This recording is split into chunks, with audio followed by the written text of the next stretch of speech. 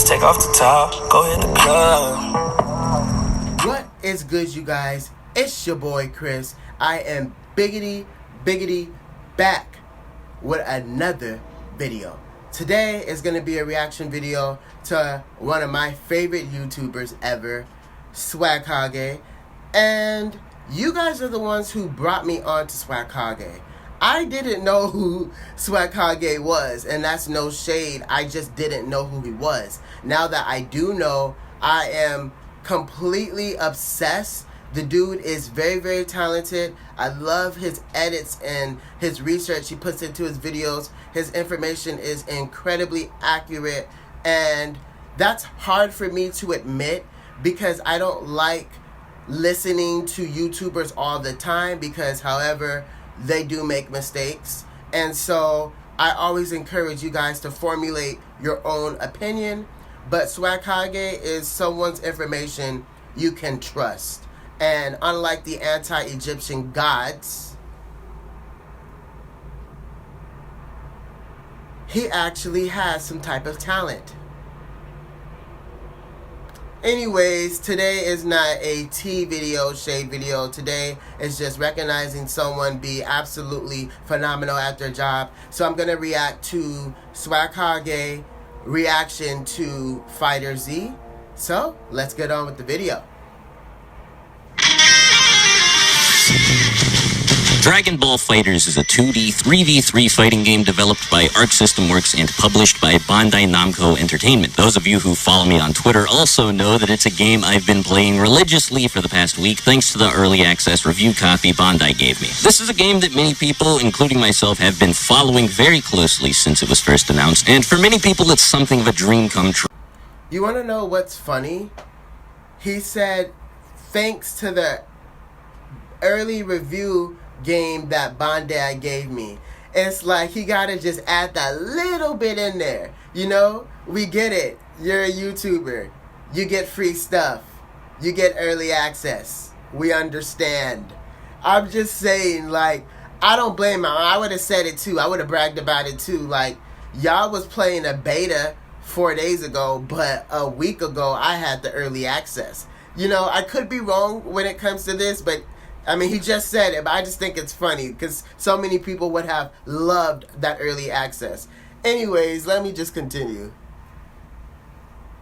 That ArcSys was developing a Dragon Ball fighting game, I cannot tell you how excited I was. Many people have shown the same attitude toward this game as I have, though I've seen a handful of people who don't typically play traditional 2D fighters, but generally enjoy Dragon Ball games who seem a little bit more skeptical about this one. So without wasting any more time, let's just start discussing how good Dragon Ball FighterZ really is.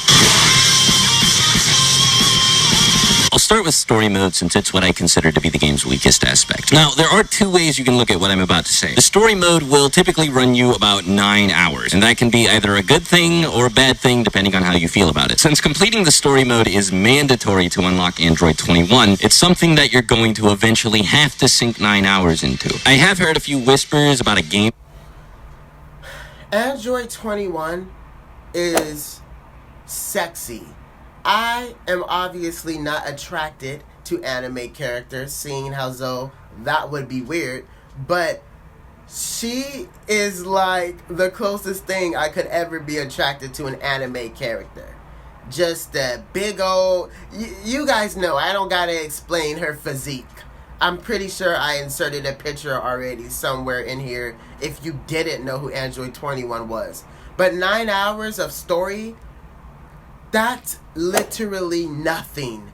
That is a regular day for me. You know what I mean? Like 9 hours of story, like I eat more in one setting than play 9 hours of setting. You know what I mean? Like it's not going to take you long at all. And he's right. That's either a good or bad thing. But Dragon Ball FighterZ, the people know that they would rather play against other individuals online than play like 20 hours worth of story. So that's probably why they didn't consider making the story longer. And to me, that's a logical reason.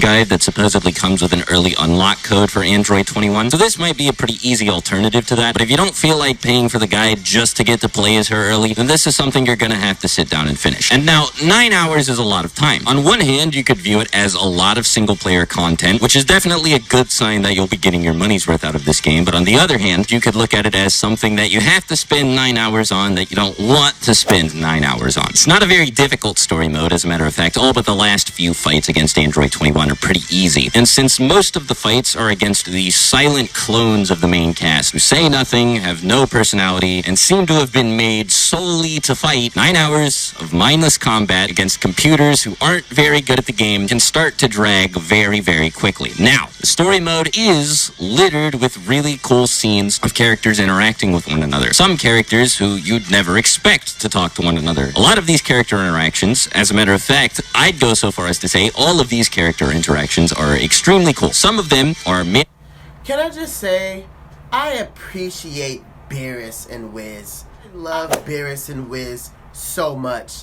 They're just the embodiment of what it is to have godlike power. I mean, look at their presence alone.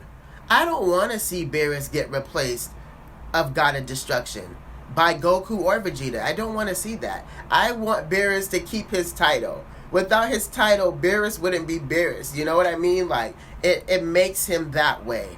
But, I don't know. I just love them so much.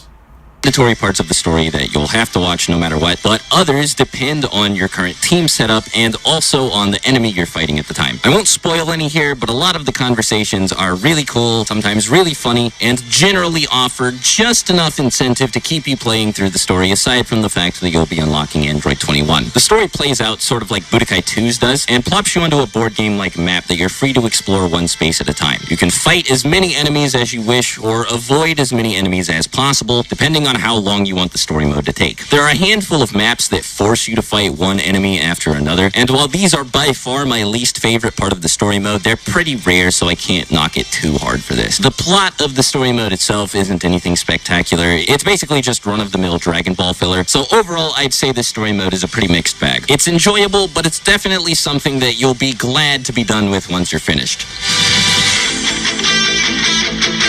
This is, hands down, and quite obviously, the best-looking Dragon Ball game ever released, without any competition to speak of at all. Everything about the game looks...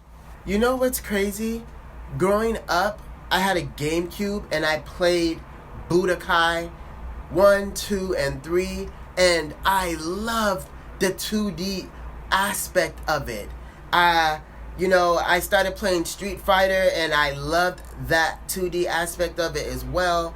And the punch, kick, Kai Blast combo that you would never forget. This is what makes a Dragon Ball Z game. And that is why I prefer the 2D version over 3D, which is something like Tenkaichi. I didn't like it. I made myself love it. But remember Infinite World, Budokai, even Ultimate Ninja, although that's a Naruto game, Ultimate Ninja 1, 2, 3, and 4, that 2D was bomb. Oh my god. I feel like there goes that damn train. It's a bird. It's a plane. No, it's for never bitch on the train. By the way, I went live earlier, and imagine if for never bitch rode the train. Anbu Kloof is the guy that said that, so I want to give him his credit. Anyways, I lost my chain of thought. Let me just keep going with the video. Beautiful. The characters, the attacks, the environments, and all of the animations are gorgeous. Not only did ArcSys make sure the game itself looks stunning, but the game is also packed with a bunch of attention to detail. There are countless references and nods to the original source material, and a bunch of stuff that's clearly just there to show that the staff over at ArcSys is made up of a bunch of people who are huge Dragon Ball fans and were really passionate about making this game as good as it could be. I'd feel terrible giving the game anything less than the highest of praise in this category, and I honestly don't even think I needed to talk about. I think we get the gist of it. Many of you have the game. Many of you are probably playing it right now. So there's not a lot more I can say. I definitely love the game. I can't wait to get another system so I can play the crap out of it. And yeah, Swag is right. These people put their heart and soul into this game. It's going to get 10 out of 10 review as it should. So I hope you guys enjoyed. Please like, comment, and subscribe. And I will see you guys next video. Anbu Black Ops out.